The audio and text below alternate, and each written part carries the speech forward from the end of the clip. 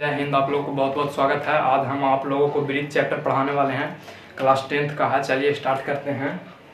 तो यहाँ पे देखिए, सबसे पहले ब्रीथ है, ठीक है। ये ब्रीथ है। सिंपल भाषा में हम लोग जानते हैं कि ब्रीथ जो होता है एक गोलाकार आकृति होता है। तो गोलाकार आकृति यहाँ पे बोलेंगे ब्रीथ किसको बोलेंगे हम लोग, तो ध्यान दीजिएगा। ब्रीथ जो होता है किसी समतल में बना वैसा गोलाकार आकृति है। गोलाकार होता है, इसको बनाने के लिए किसकी आवश्यकता होती है, तो समतल भाग की आवश्यकता होती है। वैसा गोलाकार आकृति जिसका केंद्र से परिधि तक की दूरी क्या होता है, समान होता है, ठीक है। यानी कहने का मतलब हुआ ये वो गोलाकार आकृति होगा इस प्रकार से। इसका जो केंद्र है, ये केंद्र से लेकर ये परिधि, देखिए परिधि किसको बोलेंगे, तो ये गोलाकार भाग के जो लंबाई होता है, ये चारों तरफ इसको हम घूमेंगे तो ये क्या कहलाएगा, परिधि कहलाएगा। ये क्या होता है, केंद्र होता है। क्या होता है, केंद्र। यहाँ से केंद्र से लेकर परिधि क्या हुआ, परिधि हुआ। तो केंद्र से परिधि, गोलाकार भाग के परिधि समझिएगा। ये केंद्र से परिधि तक की दूरी को क्या हम यहाँ पे ध्यान दीजिएगा कि केंद्र से परिधि तक की जो दूरी होगा क्या होगा, समान होगा। उसी को हम लोग क्या बोलेंगे, ब्रीथ बोलेंगे। यानी किसी समतल में बना हुआ ऐसा गोलाकार आकृति, ठीक है, जिसका केंद्र से यानी केंद्र से परिधि तक की दूरी क्या होगा, तो समान होगा। उसी को हम क्या बोलेंगे, ब्रीथ बोलेंगे। अब यहाँ पे हम समझते हैं सबसे पहले केंद्र के बारे में। तो ध्यान दीजिएगा, यहाँ पे इसको क्या बोलेंगे, केंद्र बोलेंगे। ये वाला को मान लिया जाए, वो नाम दे देते हैं, ओ को क्या बोलेंगे, केंद्र बोलेंगे। अब यहाँ पे ध्यान दीजिएगा, केंद्र किसे कहेंगे, तो ध्यान दीजिएगा यहाँ पे सिंपल में कहेंगे कि केंद्र कहाँ है स्थित। तो देखो, तो केंद्र जो स्थित है बीच में स्थित है। अब बीच के हम लोग क्या बोलते हैं, तो मध्य बोलते हैं। तब बोलेंगे कि गोलाकार भाग है, आकृति कैसा है, तो गोल है। तो गोलाकार भाग के मध्य बिंदु को क्या बोलेंगे, तो केंद्र बोलेंगे। क्या बोलेंगे, केंद्र, ठीक है, केंद्र कहते हैं। यहाँ तक समझ में आ गया, केंद्र तक। यहाँ तक समझने में कोई दिक्कत भी नहीं होना चाहिए। चलिए अब आगे हम जब बढ़ेंगे तो यहाँ पे अब हम देखते हैं व्यास स्मरण के बारे में, ठीक है। यहाँ पे ध्यान दीजिएगा, यहाँ पे ध्यान। चलिए अब यहाँ पे देखिए, थोड़ा सा समझिए कि यहाँ त्रिज्या क्या है। तो देखिए त्रिज्या क्या बोलेंगे, तो त्रिज्या के हम लोग इंग्लिश में क्या बोलते हैं, तो रेडियस बोलते हैं। आप देखिएगा यहाँ पे इसको सबसे पहले केरा कहेंगे त्रिज्या। तो देखिए ये केंद्र जो है ना, एक वृत्त बना लेते हैं। यहाँ पे ध्यान दीजिएगा, ये है वृत्त केंद्र से लेकर परिधि, केंद्र से परिधि तक के दूरी को क्या बोलेंगे, तो त्रिज्या हम लोग बोलते हैं। क्या बोलते हैं, केंद्र से परिधि तक के जो दूरी होगा, यानी ये केंद्र से परिधि यहाँ था, तो केंद्र से जो परिधि तक के दूरी होगा, ये दूरी होगा, उसी को क्या बोलेंगे, तो त्रिज्या बोलेंगे। तो यहाँ पे हम क्या लिखेंगे कि केंद्र से, ठीक है, केंद्र से परिधि तक के दूरी को क्या बोलते हैं, तो त्रिज्या बोलते हैं, त्रिज्या कहते हैं, ठीक है, ध्यान रहेगा। केंद्र त्रिज्या क्या बोलेंगे, तो केंद्र से परिधि तक के दूरी को क्या बोलते हैं, तो त्रिज्या कहते हैं। उसके बाद आगे ध्यान दीजिएगा, तो इसको जो हम लोग सूचित करते हैं इसको आर से। किस चीज से सूचित करते हैं, तो आर से सूचित करते हैं। फिर याद रखिएगा कि त्रिज्या बराबर जो फार्मूला होता है, तो त्रिज्या बराबर क्या होता है, तो व्यास बटा 2 होता है, ठीक है। उसके बाद आगे ध्यान रखिएगा कि सभी वृत्त में त्रिज्या की जो संख्या है, वो क्या है, तो अनंत है। कितना है, अनंत, यानी अनगिनत है। याद रखिएगा कि वृत्त में त्रिज्या की जो संख्या होता है कितना होता है, अनंत होता है। और याद रखिएगा एक बात कि वृत्त में सभी त्रिज्याएं, ठीक है, सभी त्रिज्याएं आपस में क्या होती है, आपस में बराबर होती है, ठीक है, ध्यान रहेगा कि सभी वृत्त में सभी त्रिज्याएं जो आपस में क्या होती है, बराबर होती है। तो एग्जाम में एक ऑब्जेक्टिव पूछता है, यहाँ से पूछता है कि यहाँ पे ध्यान रखिएगा कि त्रिज्या जो होता है व्यास का होता है। तो याद रखिएगा कि त्रिज्या जो होता है व्यास का कितना होता है, तो आधी होता है। तो आशा करते हैं हम कि त्रिज्या आप लोग को समझ में निमन से आ गया होगा, ठीक है। उसके बाद हम बढ़ते हैं व्यास की ओर। तो व्यास में यहाँ पे ध्यान दीजिएगा, यहाँ पे ध्यान दीजिए व्यास।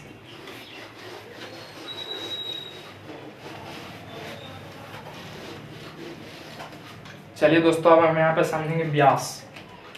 व्यास क्या है, जिसको हम लोग क्या बोलते हैं, तो डायमीटर बोलते हैं, ठीक है, डायमीटर किसको कहेंगे? तो यहाँ पे समझिएगा, देखिए तो ई परिधि से, ई केंद्र और फिर परिधि, तो कहेंगे कि परिधि से, ठीक है, परिधि से परिधि तक के दूरी को, तक के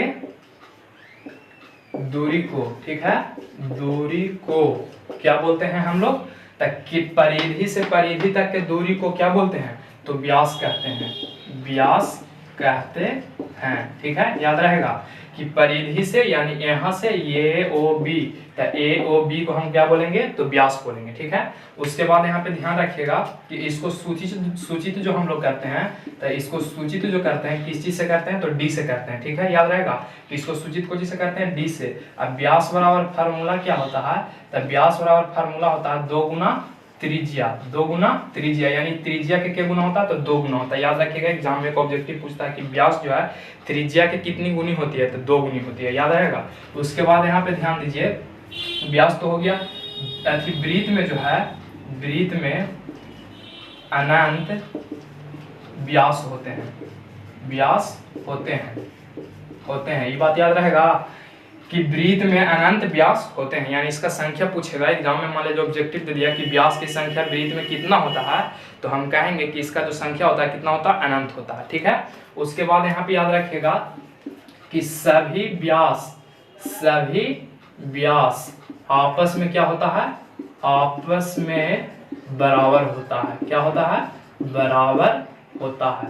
याद रहेगा कि सभी व्यास जो है आपस में क्या होता है? तो बराबर होता है। यहाँ तक तो बात व्यास तक समझ में आ गया होगा कि परिधि से परिधि तक की दूरी को व्यास कहते हैं, इसको सूचित डी से करते हैं।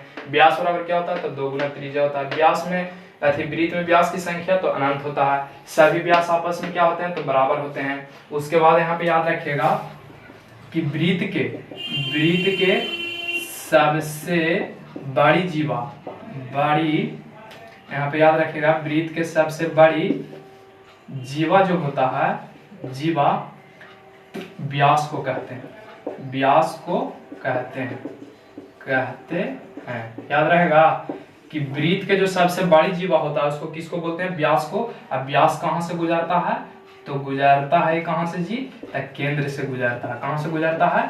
तो केंद्र से गुजरता है। याद रहेगा कि वृत्त के सबसे बड़ी जीवा को व्यास कहते हैं। व्यास कहाँ से गुजरता है? तो केंद्र से गुजरता है। तब पूछेगा कि ऑब्जेक्टिव पूछता है कि वृत्त के सबसे बड़ी जीवा व्यास कहाँ से गुजरता है, या पूछ देगा कि वृत्त के सबसे बड़ी जो जीवा है कहाँ से गुजरता है, तो याद रखेंगे कि केंद्र से गुजरता है। कोई दिक्कत?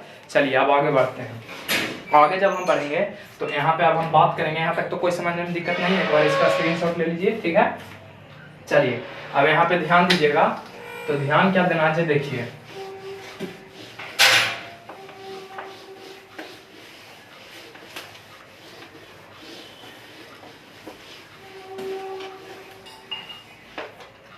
यहाँ पे थोड़ा सा समझिएगा दोस्त, जीवा के बारे में। किसके बारे में? तो जीवा के बारे में, ठीक है। जीवा क्या होता है जी, यहाँ पे समझिएगा थोड़ा सा। सपोज हम मान लेते हैं कि यहाँ से, ठीक है, यहाँ से यहाँ तक खींच दिए वो रेखा ए बी, ठीक है। कहाँ से कहाँ तक? तो ए से बी तक। तो याद रखिएगा ये जीवा क्या बोलेंगे? तो परिधि से, ठीक है, परिधि से परिधि तक, परिधि से परिधि तक खींचा गया वह रेखाखंड जो वृत्त को 2 भागों में बांटता हो, वृत्त को 2 भागों में बांटता हो, 2 भागों में क्या करता हो? बांटता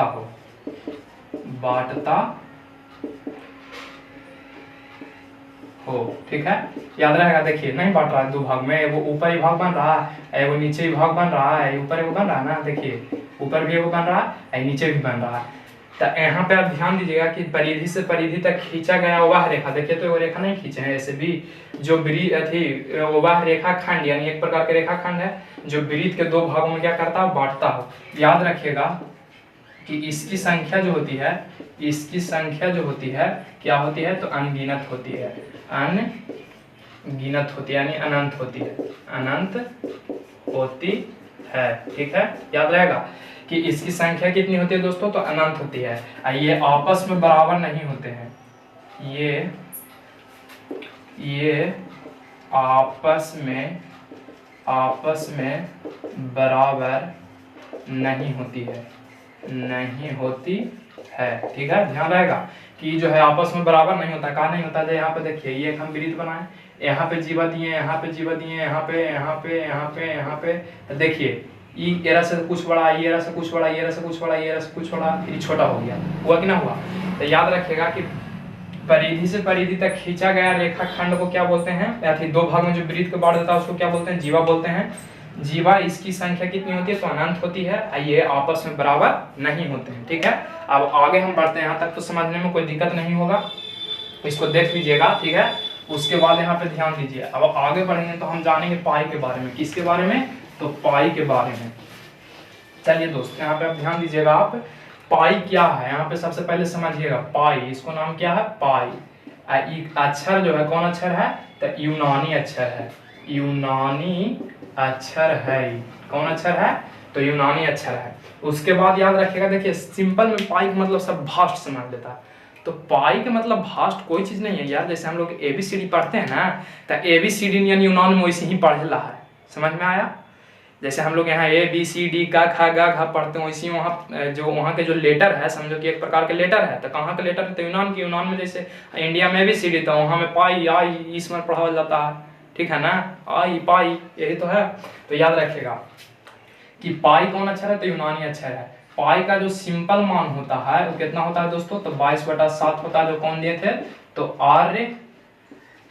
आर्यभट्ट दिए थे। कौन दिए थे, आर्यभट्ट दिए थे। याद रहेगा कि पाई का जो मान होता है वो कितना होता है, तो 22/7 होता है। उसको कौन दिए थे, तो आर्यभट्ट दिए थे, ठीक है। उसके बाद यहाँ पे ध्यान दीजिएगा कि पाई जो है एक अपरिमेय संख्या है। कौन संख्या है, तो अपरिमेय संख्या है, अपरिमेय संख्या है। उसके बाद ये याद रखिएगा कि एक प्रकार के अचर राशि है। कौन राशि है, तो अचर राशि है। यहाँ तक समझ में आया। हम पूछेंगे आपको से कि बताइए कि पाई क्या है, तो एक यूनानी अक्षर है। पाई के मान कितना होता है, तो 22/7 होता है। कौन दिए थे, तो आर्यभट्ट दिए थे। कौन संख्या है, तो अपरिमेय संख्या। कौन राशि है, तो अचर राशि है। यहाँ पे देखो एक एग्जाम में माइंड में एकदम सेट कर लेना है, पूछता है डायरेक्ट सीधे सीधे कि पाई कौन संख्या है, माइंड में बैठा लो ये अपरिमेय संख्या है, ठीक है, क्लियर। एक ऑब्जेक्टिव इससे पूछता है। उसके बाद यहाँ पे आगे जब हम बढ़ेंगे तो आप लोग के माइंड में क्वेश्चन चल रहा होगा कि सर जी आप पाई के बारे में तो इतना बता दिए, लेकिन पाई क्या है आप ही नहीं बताएं। तो देखो सिंपल सा परिभाषा है, पाई बराबर याद रखना है, पाई बराबर क्या याद रखना है दोस्तों कि C/D होता है, C/D होता है। अब देखिए C/D कहने का अर्थ क्या हुआ, C से हुआ परिधि यानी सरकमफ्रेंस, ठीक है, परिधि। D से यहाँ पे क्या हुआ, तो डायमीटर यानी व्यास हुआ। क्या हुआ, व्यास। तो सीधे याद रखिएगा, तो यहाँ पे याद क्या रखिएगा कि परिधि, ठीक है, परिधि। और चलिए यहाँ पे थोड़ा मिटा देते हैं इसको। देखिए यहाँ पे लिखेंगे कि परिधि, ठीक है, और किसका अनुपात, तब व्यास का, व्यास के अनुपात को क्या बोलते हैं, तो हम लोग पाई कहते हैं, पाई कहते हैं, ठीक है। सिंपल में एकदम याद रखना है कि परिधि और व्यास के अनुपात को हम लोग क्या बोलते हैं, तो पाई कहते हैं, ठीक है, याद रहेगा। पाई बराबर क्या होता है, तो C/D। अब देखिए इसी से आपको हम एक फार्मूला निकाल के दिखाते हैं। पाई बराबर क्या हुआ दोस्तों, तब पाई बराबर हुआ C/D। अब देखिए आप ही लोग से पूछते हैं पाई बराबर, यहाँ पे ध्यान दीजिएगा, पाई बराबर C, तो C के कुछ लिख सकते हैं, सरकमफ्रेंस यानी परिधि, परिधि बोलते हैं ना। तो यहाँ पे ध्यान दीजिएगा, आप लोग कैसे समझ में नहीं आएगा, हम जान गए। यहाँ पे देखिए इसको मिटा दें, यहाँ तक तो समझ गए होंगे। चलिए मिटा देते हैं इसको थोड़ा सा। फार्मूला देखिए, रटिएगा नहीं, रटिएगा तो नहीं समझ पाइएगा, रटना नहीं है, आप लोग एकदम सिंपल में याद रखिए। यहाँ पे ध्यान दीजिए, पाई को हम लोग क्या लिख सकते हैं, तो परिधि बटा व्यास लिख सकते हैं, व्यास। इसी को शॉर्ट फॉर्म में C/D लिखते हैं, ठीक है। अब यहाँ पे आप देखिए पाई तो ही पाई रहेगा। अब वृत्त के परिधि बराबर यहाँ पे आप बता सकते हैं, यहाँ पे ध्यान दीजिएगा कि वृत्त के परिधि है ना, जो रह दीजिए, हमको परिधि बराबर फार्मूला निकालना है, तो वृत्त के परिधि रह दीजिए, कोई दिक्कत। अब व्यास को आप कुछ लिख सकते हैं, यहाँ पे ध्यान दीजिएगा कि व्यास बराबर अभी हम आपको पढ़ाए हैं कि 2 गुना त्रिज्या होता है, यह भी आप जान चुके हैं। तब व्यास बराबर 2 गुना त्रिज्या होता है, तब का हम यहाँ ना रख सकते हैं कि 2 गुना त्रिज्या, त्रिज्या को सूचित को जिसे करते हैं तो आर से सूचित करते हैं। अभी नहीं समझ में आया तो त्रिज्या आप लिख दीजिए, सिंपल। उसके बाद आइए, यदि एक नीचे पूछना तो एक है क्रॉस मल्टीप्लीकेशन कर देंगे। क्रॉस मल्टीप्लीकेशन कर देंगे तो देखिए एक में परिधि से गुना करेंगे, परिधि निकल जाएगा आपका, और यहाँ पे क्या हो जाएगा, 2 आई पाई में गुना कीजिए तो 2 पाई गुना त्रिज्या। यानी कहने का मतलब हुआ दोस्तों कि परिधि बराबर आ गया आपका 2 आई पाई था पाई, या त्रिज्या को सूचित हम लोग को जिसे करते हैं तो आर से करते हैं, यानी 2 पाई आर। परिधि बराबर फार्मूला क्या आ गया, पूछेगा कि वृत्त के परिधि क्या कहते हैं तो कहेंगे सीधे कि 2 पाई आर, यानी मतलब उसका थी बताना है कि क्या होगा फार्मूला, तो बताएंगे कि परिधि बराबर क्या होता है 2 पाई आर। तैराटे की चीज है, नहीं बताएंगे कि पाई बराबर क्या होता है, तब परिधि के अनुपात बटा व्यास के अनुपात, यानी परिधि और व्यास के अनुपात को पाई बोलते हैं। तो आशा करें कि यहाँ तक आप लोग समझ गए होंगे। यदि समझ गए होंगे, ठीक लगा होगा तो लाइक प्लीज करिए। चलिए अगले वीडियो में हम मिलेंगे। Thank you.